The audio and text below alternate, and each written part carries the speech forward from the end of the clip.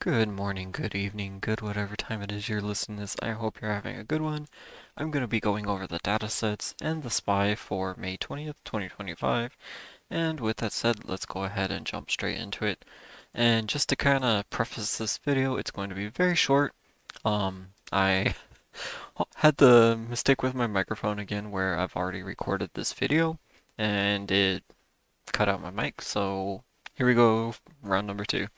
Okay, tomorrow we really don't have any data. We have Fed member Bostic speaking at 9 a.m., so 30 minutes before the market opens. Other than that, it's a pretty open slate. So I don't know if President Trump is speaking, but we should be keeping our eyes on the news on days like this because there's literally nothing going on. Um, there's really no major earnings this week. We have Snowflake this week, which I believe is on Wednesday. But overall, we really don't have anything important tomorrow. For Wednesday, hold on, let's close some of these ads. Wednesday, again, it's not going to be a very busy day either. So we'll kind of play it by ear on the data, but so far, not a whole lot. Now, kind of to quickly touch on what happened today. So Jamie Dimon, who is the CEO of Chase Bank or JP Morgan, um, he gave some signals that he might be walking away from the position of CEO or just the company in full. But he also was saying some pretty bearish stuff, and I don't have it written down right in front of me, so I'm just gonna kind of spitball what I remember. So take it with a grain of salt, but you can look up what he said on the news. But very basically, what he said is that a lot of equities right now are not really overweight, but very heavy. He would not buy credit at all right now, which as a bank, that's what you do. So, that's concerning. And credit also goes into treasuries and everything else. So I really think that Moody's downgrade is going to be playing a bigger role than what people think. And he said that there is a ton of concerns on the market right now. And just to quickly touch on this, I know what he said did not shake the market too much today, but it's really meant for his clients, and his clients are, all the people who own all the world's wealth, right? So you can be sure that they're listening. That's who he's really talking to. He's not talking to the majority of us.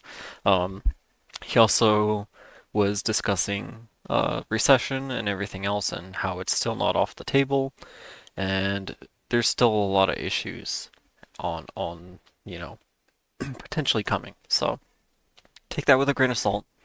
But with that said, let's go ahead and jump straight into the TA. Just a quick reminder before we get into the technical analysis. If you've been finding value in my insights, consider joining my Patreon. For just $12.99 a month, you'll get access to my trades, courses, and powerful tools to help you grow as a trader. I'd love to have you be a part of our team and community. And it's less than 43 cents a day. So if you'd like to join, click in the link in the description. Thanks. And getting into the TA, as always, let's quickly go over our daily chart and open up our moving averages and the Bollinger Bands. That did not come out of my mouth right. Bollinger Bands. There we go. Alright, so the market closed at 594.85 and the 5 mile is currently at 590.79. So, with the low of today being at 588, that does mean that we tested the 5 mile, and you can kind of visually see that within that candle right there. That's of course not making it bigger. There it goes. You can visually see it within the candle right there, but we tested the lower bound of the 5 mile, which today was the 588 range, and from there we bounced upward. Um, and we also fully tested the 592 range. And let's just quickly go over that on the daily chart, on the hourly, I mean. Where is the 592? It's right in this range right here. So that's the first hour and a half of the day. or 2 hours of the day, basically. So that's really showing that the upper bounds of the 5 mile was tested, pulled down, had a couple large candles downward, and pulled upward. Now those candles were kind of weird, and I know everybody trading today kind of saw that as well. I'm sure we could see that probably in the 30-minute chart better, but yeah, we had some really weird candles today. But going back to the moving averages and the Bollingers. So we fully tested the 5 mile, and from the 5 mile, we either go to the upper Bollinger or the 20 mile. Okay, so far the market's suggesting that it wants to bounce upward and head to the upper Bollinger. That's not fully set in stone yet, but let's just go over the levels and then I'll get into the rest. But the upper Bollinger's at 603, 31 right now, and that's going to be pulling upward as the 20 mile continues to move upward.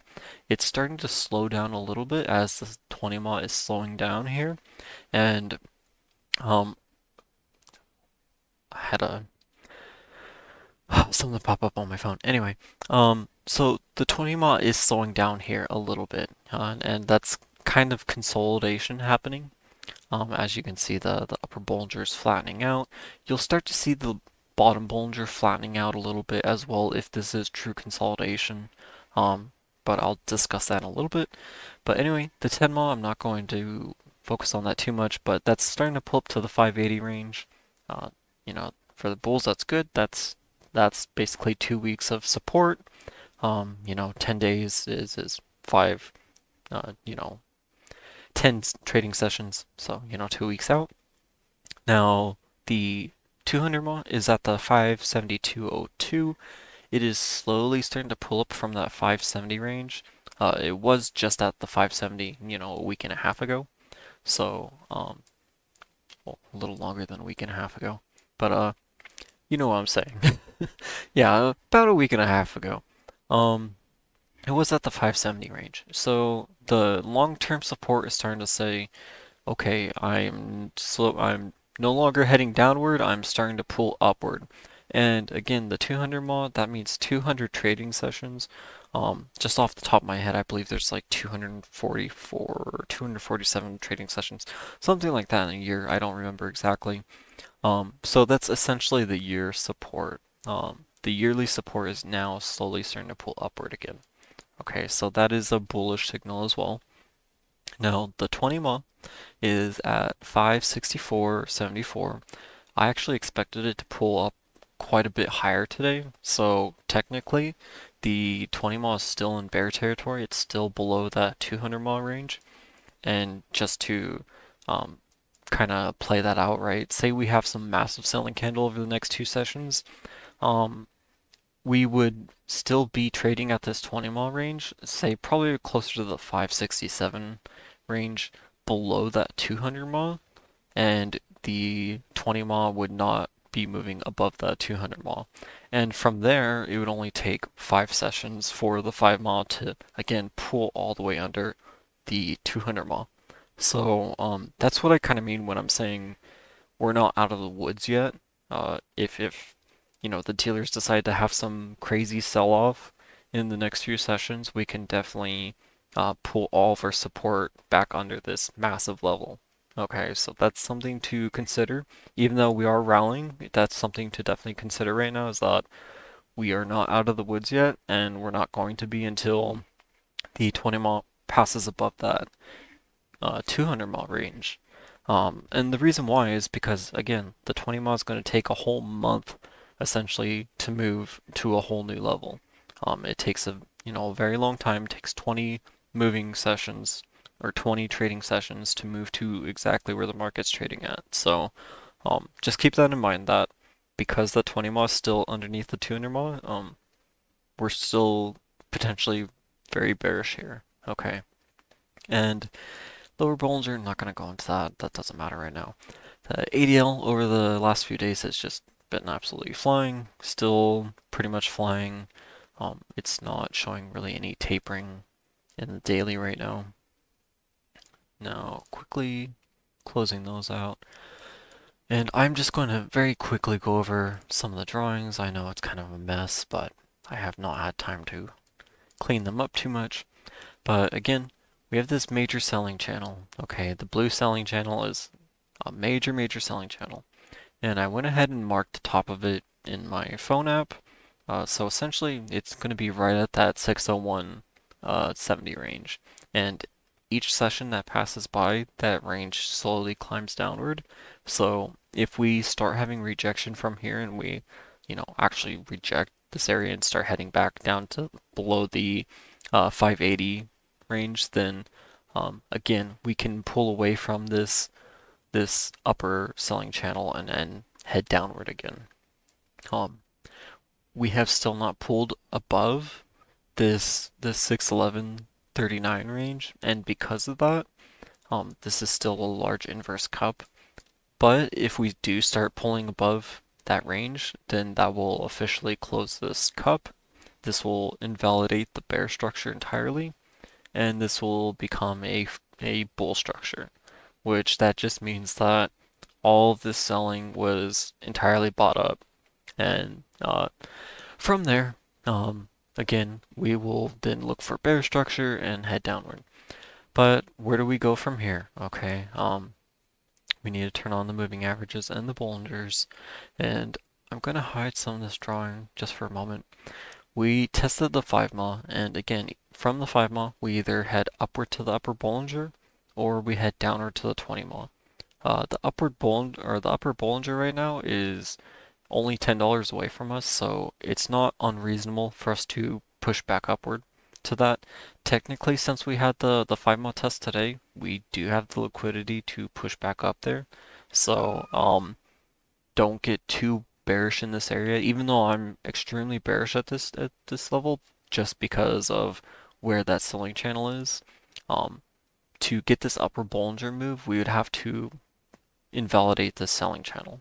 Okay, so that's kind of what's at stake here, is that um, if this selling channel is invalidated, then we can, um, start looking a lot more bullish in the long term, because that'll be suggesting that we will build some sort of handle and then head upward and really, you know, then you'll see the 630, 640. That's when you get back into this yellow channel. Is breaking from this blue channel. That's how this yellow channel would extend and we'd continue upward. Uh, so that's that. Okay. Um, Again, I'm still extremely bearish in this area. I was gonna say bearish in this territory, which just sounds way too over the top for me. Um, because of the major selling channel. Every time we've gotten to the top of that range, we've rejected it, and we know this is a major selling channel, because of just how the supports have been built at the bottom here. They all line up on our consecutive, and our top has aligned with this entire structure as well. So going from here, if we are to have a breakout, we would set a new channel at the top of this range, because this would essentially be the new breakout range, and we would take the bottom of this, uh, you know, this range, and then we would, you know, uh, start a new, uh, sorry, I'm losing my train of thought. We'd start a new major buying channel. Okay, so that's how that would work. But again, um, quickly, just going over how upper Bollingers work. Every time we get to an upper Bollinger, we reject and, start selling. This was probably the only time where it wasn't like that, and this was for a few months. This was a pretty aggressive buying session, but even then we were still having 5 mod tests during this, so it wasn't like they just ran into the upper Bollinger and completely ignored that afterward. Other than that, generally you see upper Bollinger moves, uh, turn into some form of sell-off, whether it's small sells or massive corrections. I wish my screen would scroll correctly like that. I'm not saying we're going to get, continuation of this massive sell-off, But again, there's just a ton of really bearish news going on, and um, yeah, we've been in this upper territory, and we've really been seeing tapering in the buying. We've been kind of hovering in this range for a while, so we're starting to really consolidate in here. If the buying doesn't really step up and break out of that selling channel, then we should start looking downward. I know a lot of people are kind of angry at me right now because I'm very bearish, but again, when we're up towards the upper Bollinger, you don't take long calls here. Why would you take long calls at the top? Why would you take long calls at the top? Just, look at your chart and look at upper Bollinger ranges. You don't take long calls there. That's when you short. From a technical standpoint, this is the range where you short. So, um, I will be continuing to shorten this range. Again, you just have to make sure it's dated outward. I think a lot of people are trying to take really short duration puts or whatever they're trying to do, and assuming we're going to get some massive dump from this, but you really need to give it proper time. We did have our 5 month test, and even though it did rob most people out of the proper test because it was during the pre-market and very early morning, either you sold or you basically lost that 5 month test. But things are starting to weaken up here, and that weakness should lead into a 20 month test. It's about time we get a 20 month test. We haven't had one since April, and a 20 month is tested generally once a month. So, the 20 mod test is with coming into focus again. So, yeah, that's kind of the technical analysis for now.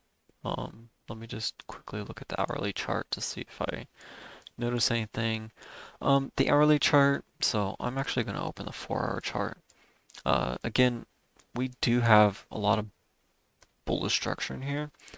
We have a lot of gaps that can be closed, and so far they're filling cups to continue closing gaps and pushing.